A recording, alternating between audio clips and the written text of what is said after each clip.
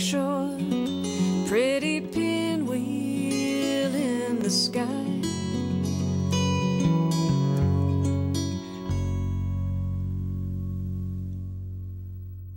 Right, because you got to have some control. Welcome back to Liquid Lunch. That's Lynn Harrison here. Was that the live version, Blue? No, that was her album version. But great song. Winds of Change. Okay, we're back here. It's time for the magnetic marketing moment with your marketing magnet, Jeanette Burke. Jeanette. Hi. Great to have you here. We're talking about marketing to children. Yes. And for children. Yes. But not by children. No, because kids don't market for themselves. No. They grow up to be marketers, but they don't market to themselves. But I really did a lot of research on this, and I think you'll be fascinated to learn that $7 billion of children in the U.S. alone, that's what they're spending from their own money on products. Really? Where are they getting this money from? From their allowance. The average in like Germany, U.S., Canada, the average allowance is between $25 and $32 a week. A week. That's a lot of money. I know. That's way more than I used to get. I know. How much did you get, Jeanette? I knew you were going to ask me this. Okay, I used to get about $10 to $20. A week? No. Well, $10 spending money, but if I would get more, let's say, if I did well in school, I would have like little incentives, or if I did a good deed or something like that. Or also I used to work in my father's store, you know, too. So from the time I was 8, so if I had like a big sale or whatever, I used to get extra commission on that. Did you? But I earned it. That's good. Yeah, you earned that. You know, I earned it. But I have to also say, in all fairness, and you know, I understand what's going on here. I think that I was also very good at manipulating my parents to give me what I wanted. Which just kids like today all are, kids. Yes. Most kids. Yes. Anyways. And I have to also say that fortunately for me, I didn't have to want for so much in my life. Like I was able to get mostly everything I ever asked for. See, my sister and I, we had to go on strike to get more money. Really? Yeah. I did that once when I was a kid. We used to get money under the pillow for Tooth Fairy. Right. And I wrote my father. I knew it was him, but I pretended that I didn't know that it was him. I put a letter underneath my pillow. Inflation, Tooth Fairy. I want $2, not $1. $2? Yeah, for inflation. So like to give me more. See, you only got 5 cents per tooth. Okay, well. I was very business oriented from very young, right? So I wrote him a letter. Dear Tooth Fairy, have you heard of inflation? Question mark. You know, I want $2 now instead of $1. And I got it because they thought it was so hilarious that I did that. I wonder if they still have that note. Oh, they remind me of all the little things I used to do. But anyway, let's talk serious. This is a very serious subject. So $7 billion is a lot of money. Yeah, and $100 billion from the parents.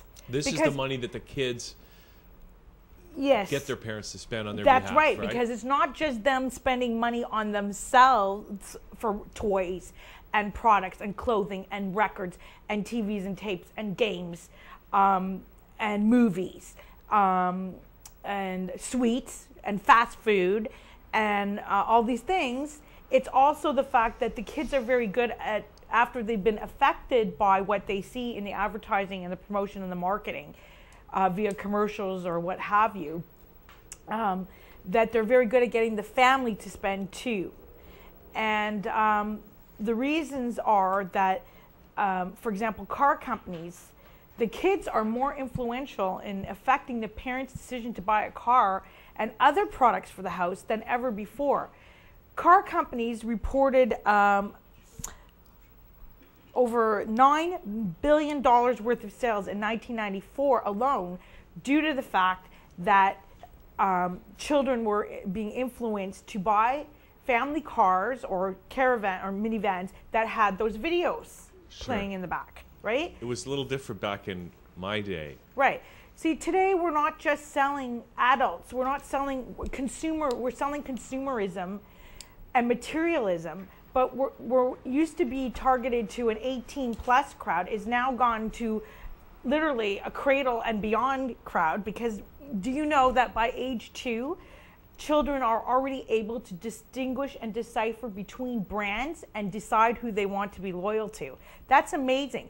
I also learned in my research that by 6 months old, children are already familiar with characters and logos and mascots for the brand aspect. And they've already made decisive, distinctive decisions by age 2 as to which they want to be loyal to. Really? So what we're really doing here in marketing to children is we're not really using marketing strategies that are, let's say, any different than any other marketing strategy. But what's happening is we're creating materialism and consumerism at such an early age, and we're rearing children to be more and more consumption oriented and therefore spending all the time. That's got to be good for the economy. It's good for the economy, but it's not so good for the family or for the child. But we'll get into the ramifications later. Okay. The point is that it works. Obviously it works. And the reason that it works so effectively is that children, and by children I mean even teenagers. So we're really looking at a group of, let's say, 2 to 10, and then the teenagers are like 12 to 19. Well, the young children, very young children, when they watch television, they're unable to differentiate between a commercial and a TV show. They see it all as the same. Up until what age? Up until 2 to 4 in that category. So this is a good opportunity for marketers to take Yes. advantage of the children. Yes, and it also infiltrates and basically manipulates the mind, okay? Because they only see it as fun and exciting with lots of, you know, friendly little characters or teddy bears or what have you. So that's why when you put, when advertisers direct this type of marketing or use this type of imagery on cereal boxes, for example, or in other products like toys, it's very hard for the child to differentiate. And they don't know the difference between reality and fantasy. In fact, when you're reared not knowing the difference between reality and fantasy, fantasy becomes the reality. The other thing is that the toys promise a lot of results, a better experience than what they actually deliver. And in fact, it's not just toys that do that. It's many other products and messages, strong marketing, powerful marketing messages that infiltrate a child's mind and give them the idea that, you know, these products are wonderful and these toys and these things are going to last and provide this incredible fantasy experience beyond what they're actually, it's like false promises. Right. Yeah, and the fantasy thing is very, very big here because, like, for example, Disney is very good at selling emotion and selling fantasy, right? What is the Magic Kingdom? What is the Magic Kingdom cruise? I mean, it's a once in a lifetime experience, and I have to tell you that they do paint that picture very well, and I would say that they deliver on that in terms of their cruise and their Disney World and Disneyland. Well, I was telling you before the show that you know, Disney's been accused of putting subliminal sexual content in their cartoons that are aimed at kids. Yes, they have, and recently, you mentioned even they were getting into trouble for like all your these notebook. Princesses, because you know the products just go beyond, you know, into accessories like notebooks, backpacks, whatever. They were recently accused of making all their characters, and this is a picture of Tinkerbell and her little fairy princess friends, that they're very sexual, they're very womanly, they're not really for children.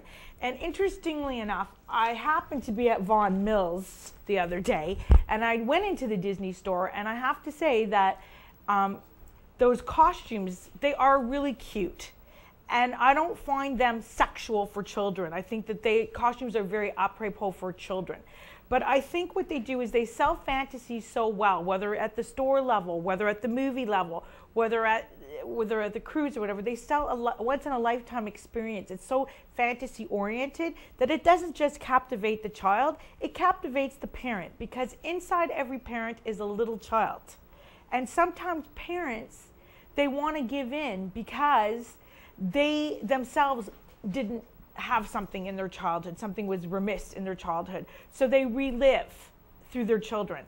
And the thing is that today we have a high disposable income in North America, Germany, UK, and that is because we are marrying later, we are having less children, there's 2-income household usually, and so there's a lot more dispensable income to be spent on all these things. Okay, so that's the thing. Now, there are certain techniques that are used to get to the children and in turn the parents. Yes, what are the And marketing? I'd like to cover them That's and a good then point out the ramifications, okay? Okay. So the first one is called Pester Power. Pastor Power. And that's really what's happening is the kids are being very vocal about what they want because they know what they want. You were like that, weren't you? Yes, I was. Okay. How did you know? Okay. But there's 2 things here in the Pastor Power that are really, I found amazing. That there was the persistence pesting, which is basically nagging, mommy, I want this, mommy, I want this, mommy, I want, until you give in. Right. And then because kids are more savvy now, they actually have what they call importance level of pestering or nagging, where it's no longer just a simple nag. It's now attached with a benefit or something to the effect of, if you give me this, my life will be better because. That's how smart kids are. And that's what they're being taught. They're not being taught just to nag. They're taught to say, you know, if you don't give me this, then maybe I'm not going to be pretty enough, or maybe I'm not going to look cool enough, or maybe I'm not going to have the opportunities. That's the level that it's going to. Did you do that? Yes and no. Okay. I mean, I was a good little sales lady, so I knew how to. I knew how to play my parents one against the other. I was good at that. But when I got into university, and I really wanted things, Yeah. that is when I can truthfully tell you, I didn't even know I was doing it. I knew the difference between persistence and importance, power, pester power, okay? Because it really worked when I was in university. And the other thing is that kids now, I mean, this marketing to children has now gone into banks and magazines, right? Like, for example, Sports Illustrated has a child's division. Banks are issuing credit cards for kids. Finally. How Finally, long have we a credit waited card? for the kids to have their own credit cards? And I'm Parents glad the are banks getting them credit cards, and they're giving them a certain amount of money to spend on it so they can go out and spend while they're with their friends. They also have the use of Blackberries and cell phones and iPads and all these devices that maybe you and I didn't have when we were growing up. Well, we didn't have the technology. I know I didn't get a credit card to spend, which is obviously an extension of your parents' account with whatever limit you want to put on it. I didn't get one of those until I was 18. Yeah.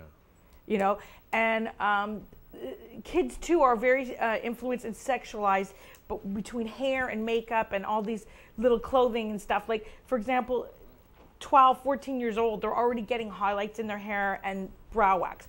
I wasn't allowed to do that until I was maybe 16, 17 years old. When did you get your first tattoo? Tattoo? I never had a tattoo. I'm not a tattoo kind of gal. Okay. Okay. Let's stick to what I'm talking about and don't ever mind about me I'm and my sure life. this tattoo thing is part of the marketing Yes, too. it is, but tattoos are also, you don't have to get a permanent one. You can get, just It's they're good there for for a the couple kids of to days. start to use the temporary ones. Temporary ones, yeah. So anyway, Pester Power is the top strategy. Another strategy that marketers use from these companies is they actually employ psychologists to examine children and get into what makes them tick. Things like their emotional needs, their behavioral patterns, their developmental stages, and their social needs. And they analyze all this data and then spill it back. And so that gives the marketers power to know what the kids want. And you know what? They even study their dreams. I thought that was very interesting, to have all this collected data in order to be able to sell. That's great. What have they learned? Well, they learned that, things are like popularity, very superficial values. That's what's being passed on here, is very, very, very superficial values. And that's why there's problems, but we're going to get to that in a minute. The third big strategy, as I already mentioned, is the brand building strategy. Now, this is really huge, and a lot of that has to do with the fact that a lot of production is now done in China and offshore places where production is very cheap. So there's a lot of cost saved. So now that savings can be transferred into the advertising budget. Right. And because of that, they can really build the brand. Like I mentioned, babies at 6 months already know how to define logos and mascots. And by 2 years old, they have brand loyalty to products. That's already. Good. Finally. The fourth really big strategy is called buzz or street marketing. Okay. And this is where products are deliberately put into the cool kids, given to them. So because the idea is, well, if the cool kids have it, then, you know, that's going to spread the word, and all the kids are going to want that. So these are people, they are paying these cool kids to have this influence, to wear these products. This is why kids should work really hard to be extra cool. That Or way be they an can get individual. stuff for free. Good, cool stuff. Yeah, well, if you think that that's okay, because then you have to understand that kids are now coming home from the schoolyard telling the parents who don't have always the money to buy all these things, you know, I need this too. Yes. If I don't have this, I'm not cool. I'm not going to be accepted. So what are the ramifications of all this, Jeanette? Well, the ramifications are that there's a lot of low self-esteem amongst children, boys and girls. There's the fact that they don't think they're worthy enough, or they can't measure up because they don't have the income to support it. There's a lot of health issues because the fast food, which another strategy in the fast food is to actually, it's called commercialization and education. But did you know that McDonald's and KFC scout locations that are directly near schools and even set up inside schools so the kids will eat?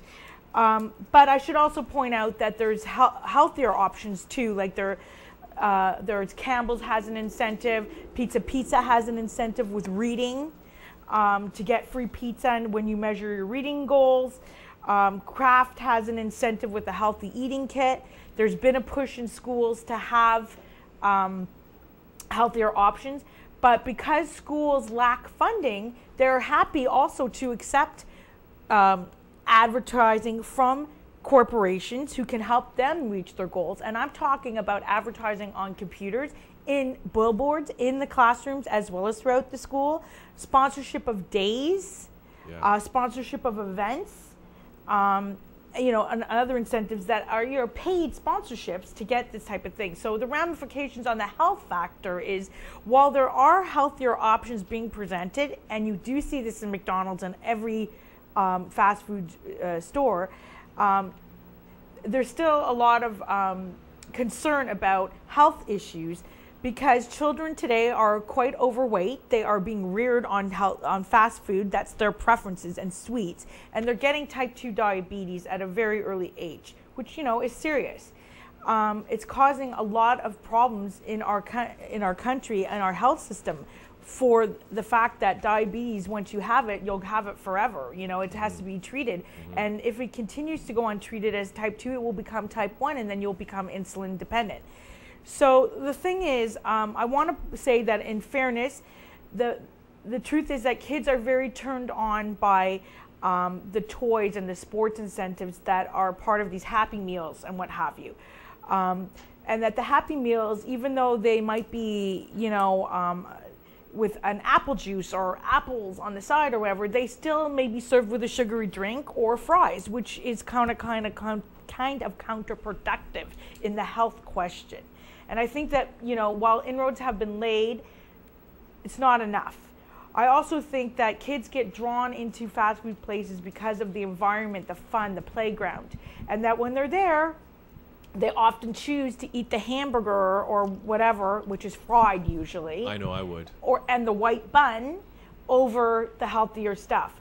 But here's where the parents have to step in, right? Because the parent also is giving in a lot and saying, well, my kid likes this. The fact is, if you're concerned about your child and what they're eating, then you have to teach your children how to eat better. And that starts with you, because the parent is the one who provides the food for the child, right? whatever you're putting on your table, if you're choosing not to eat at home and you're choosing to eat out all the time, what are you ordering for your child? When you step into these restaurants, what are you ordering for them, right? So while it's true that, you know, there is an incentive in these meal deals, packs, it's also true that they can only do so much. Ultimately, it is a parent's responsibility too, and they have to step in. Then the last strategy I wanted to mention was actually two, is the internet, okay? Because the internet's huge. And the internet is what really helps these marketers and advertisers to reach children, because the internet is unsupervised and they can basically put whatever they want in there. And that can be violence, that can be sex, that can be whatever. Do you know that most kids who go on the internet are not do so without the supervision of a parent? And this happens every single day. So they're getting all this information. It's a youth active society. And not only that, kids right up to teenagers, they are very in tune to the internet. They're raised with it. They know how to use it. They know how to work it. They know how to manipulate it. And they know how to find what they're looking for. And the ads are there. They're there all over in every pop-ups and you know, pay-per-clicks, whatever. They're all there. It's all being presented to them. And then I guess my last point in strategy is that there's this whole thing about using adult content to market to kids. And we mentioned about Disney being guilty of that they're being perceived to be too sexy. Violence is another problem. And this is all happening through music, videos, and movies, many of which movies are, they have like the 18 plus yeah, what's going on there, tab Jeanette? on it, but it's really, really marketed to kids, because they know that 17 and younger are the ones that are going to be clamoring to go. And what happens is, you know, they're getting a lot of messages around being an adult too soon, so they're not really living childhood anymore because they're being infiltrated with these violent and sexual messages. And there is an argument as to, you know, well, is this going to make them act out, particularly the violent side? There's a rise of pressure in society, stress, mental illness. You see these things on TV now where, you know, this young boy, he killed his brother because he was affected by Dexter. He killed his little brother. He was 17 years old. So there are some serious ramifications to be looking at. Now, granted, that's a rarity. It may not happen all the time. And the kid who is now in jail, he went to police, he turned himself in, and he said he needed help. That he was also influenced by the Twilight movies. And so, you know, maybe he was smart enough to recognize he needs help. Maybe it's not going to infiltrate every child's brain that way, where they're going to act out to that extent. But with it being out there so often and being repeatedly shown, it's, you know, hard to say over a long-term period, how long will it take before there's more incidences of these, you know. Maybe if we had more shows like Dexter, we could, you know, get used to it and immunize ourselves from this No, but kind the of thing. fact is that we don't get used to it. It becomes part of us. It becomes part of our thinking, our society, our acting, and that's really the issue. Even things like, well, like Disney has Miley Cyrus and the whole Hannah Montana thing. There's a lot of you know, problems there. Like her father, Billy Ray, is speaking out saying that ruined their family because of what it made her into and how she became too mature too fast, and you're too sexy too soon, you know. And what is the ramifications of all this? You know what I heard? He got an achy, breaky heart. Yeah, well, he does. I mean, the whole family split up. So some of the things that are the ramifications are, you know, we've talked about it a little bit, but I wanted to add that, you know, depression, the fact that, you know, we get the impression that materialism is the values. Families aren't spending time together the way they used to. They're exchanging that for buying goods and shopping. There's a lot of obesity. There's a guilt complex. A lot of parents have guilt complex because they're busy working. They don't have enough time with their kids. They make it up by buying them things. That's also true because a lot of parents are divorced. And when, you know, they have their time with their kids, they want the kids to really like them or value whatever, they buy the kid off with a lot more materialist goods, and kids know that and they know how to play it.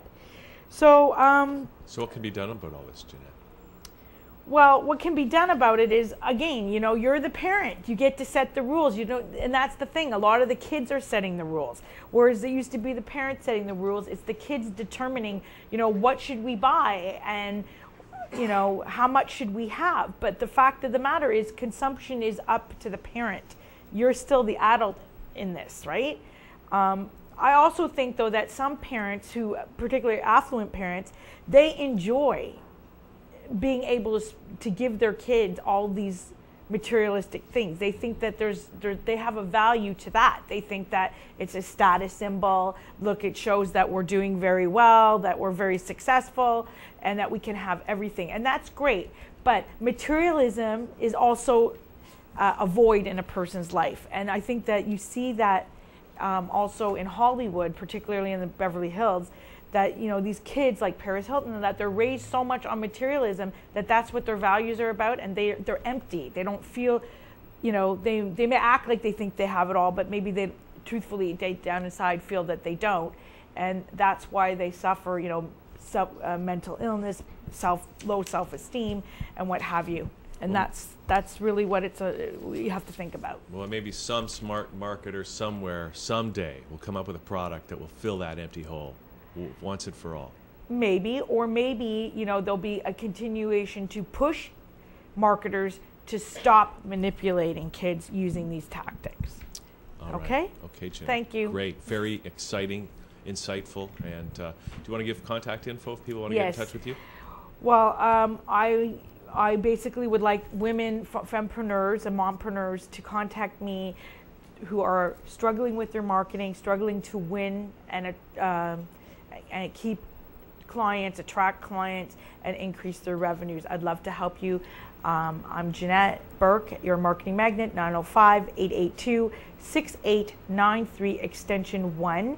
My website is www.yourmarketingmagnet.com.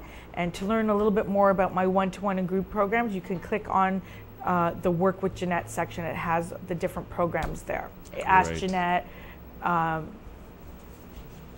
the Magnetic Marketing Femtour Circle, and the Marketing Goddess Intensive packages. Goddess Intensive, yes, that sounds awesome. And that's, you know, all designed to help women live better lives and market their business better, implementing proven systems. Now all you have to do is start marketing to children. I'd like to help women market themselves in a great way. Personally, I don't want to manipulate children. I think they're, you know, you might think it's great to sell children because it makes billions of dollars, but I think there's serious ramifications. I'm not belittling their marketing tactics, because those tactics are used on adults too. I would like to help with marketing, not necessarily to reach children. Okay. All right. Great. So let's take a little break. We're going to come back with Randy Goodman and Mark Litton right after this. Okay. As Liquid Lunch continues. Okay. We'll be right back. Okay.